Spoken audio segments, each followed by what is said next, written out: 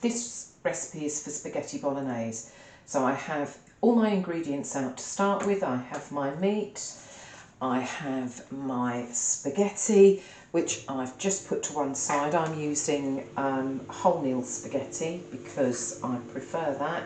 I've got a can of tomatoes, some vegetable oil, herbs, tomato puree, onion, garlic and carrot. And I'm just going to start with the vegetables.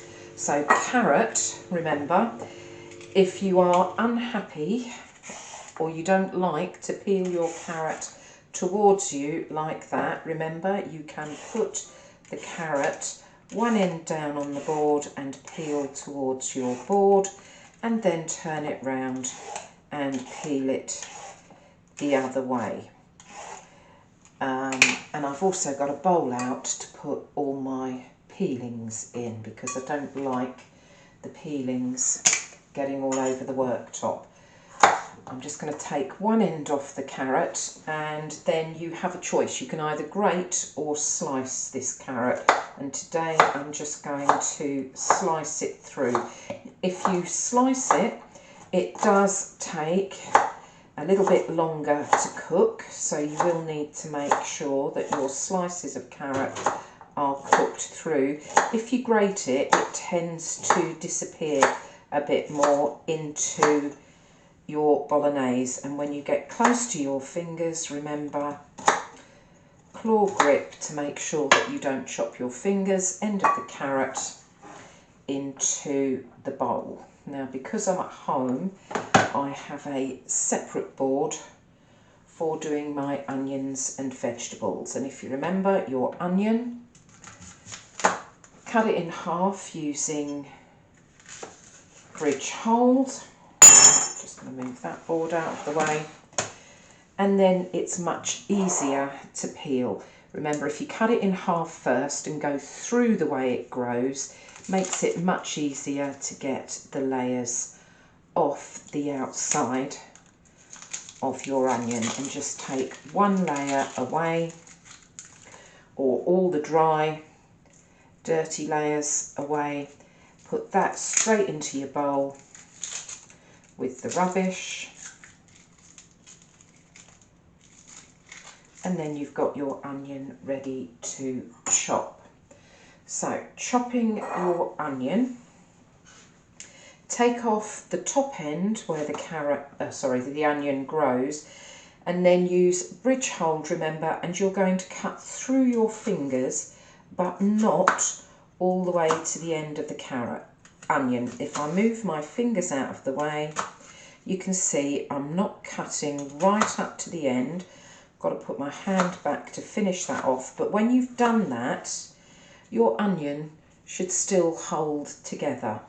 You can then turn it around and use claw grip. So fingers back, claw grip, and you can cut across your onion to get nice small pieces of onion. And I never worry about getting right to the end.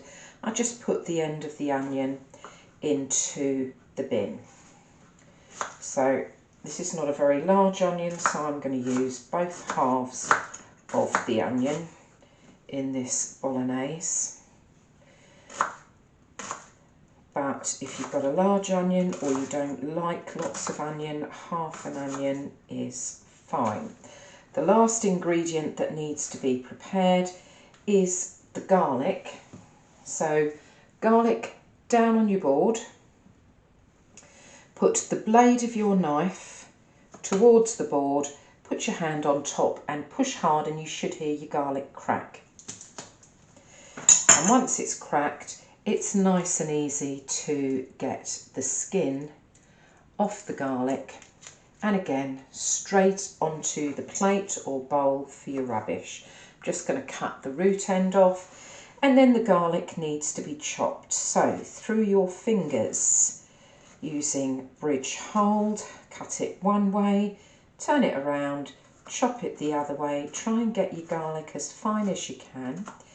If when you've done it you still think it's too big, put it on the board and just rock your knife across the garlic a little bit. So I have all my vegetables prepared, which means I can now move to the cooker and start cooking.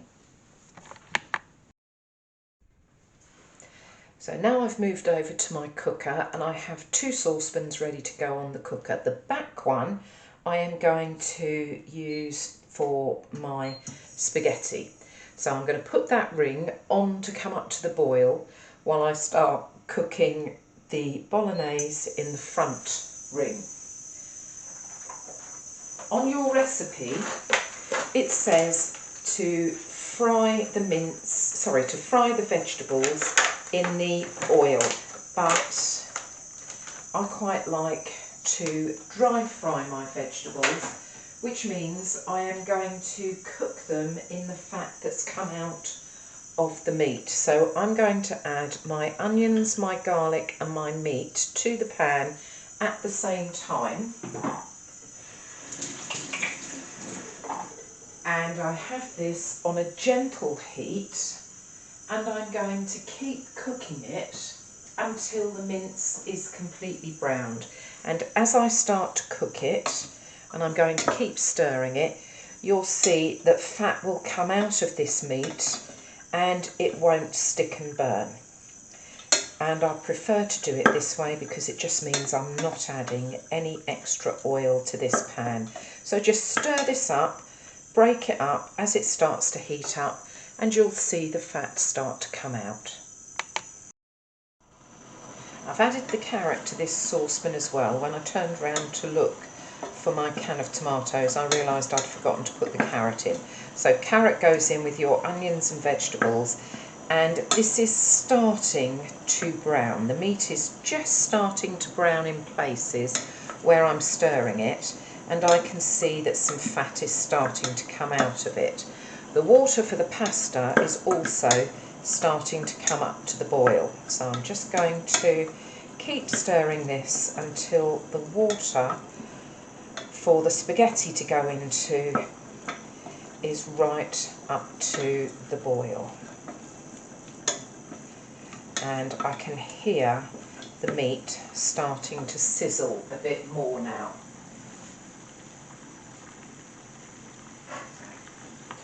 So half the fun of spaghetti is that it is long. So rather than breaking it to put it into the saucepan, what you need to do is put your spaghetti in and then hold the ends of the spaghetti and push it down under the water. Obviously you don't want to get your hands too close to the water.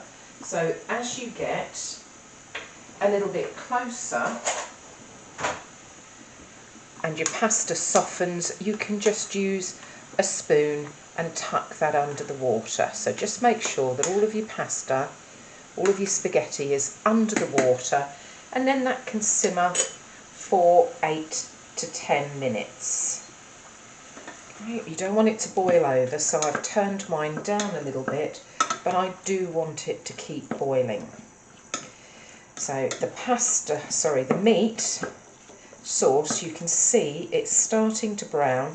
It isn't sticking to my pan, and if I tip it you can possibly see that there is a little tiny bit of fat that's come out of here. If you've put oil in it, that's absolutely fine. It depends also on how much fat is just in the meat, but at the moment this is nearly done to the first stage. I can't see any red in the meat anymore, so I'm just going to leave that for a couple of minutes to keep cooking through, just to make sure that all the meat has started to brown. And I want to soften up those onions and carrots, and if I stop stirring it you might be able to hear that it's just sizzling gently. So I'm just going to give that 2 to 3 minutes to keep cooking with the lid on the saucepan.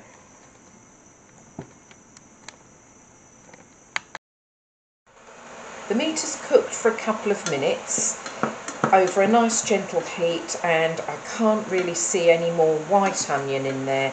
And if I move it to the side, you can hopefully see that down in my pan I've got some juice that's come out of the meat. So I now need to add everything else into this saucepan. So that is a can of chopped tomatoes, some mixed herbs, oregano, basil, whatever you would like to use. That's about a teaspoon of that. I need about a tablespoon or a good squirt of tomato puree, and then because I want all of this to cook through and reduce down, but I don't want it to get too dry, I need to add about 100 mils of water. So I'm just put a bit of water in my empty can of tomatoes, and I've just rinsed that round, put that into there. So all that I need to do now is stir this up, get it up to the boil. At the moment it looks quite watery, but it's going to take about 20 minutes for all of these things to cook through properly, especially the sliced carrots, and by the time it's done the sauce should have reduced as well. So once that is up to the boil, and it's very nearly boiling already, so there we go, I've got bubbles in there, that is now up to the boil. I can turn this down and let this cook for about 20 minutes. So it just needs to bubble gently.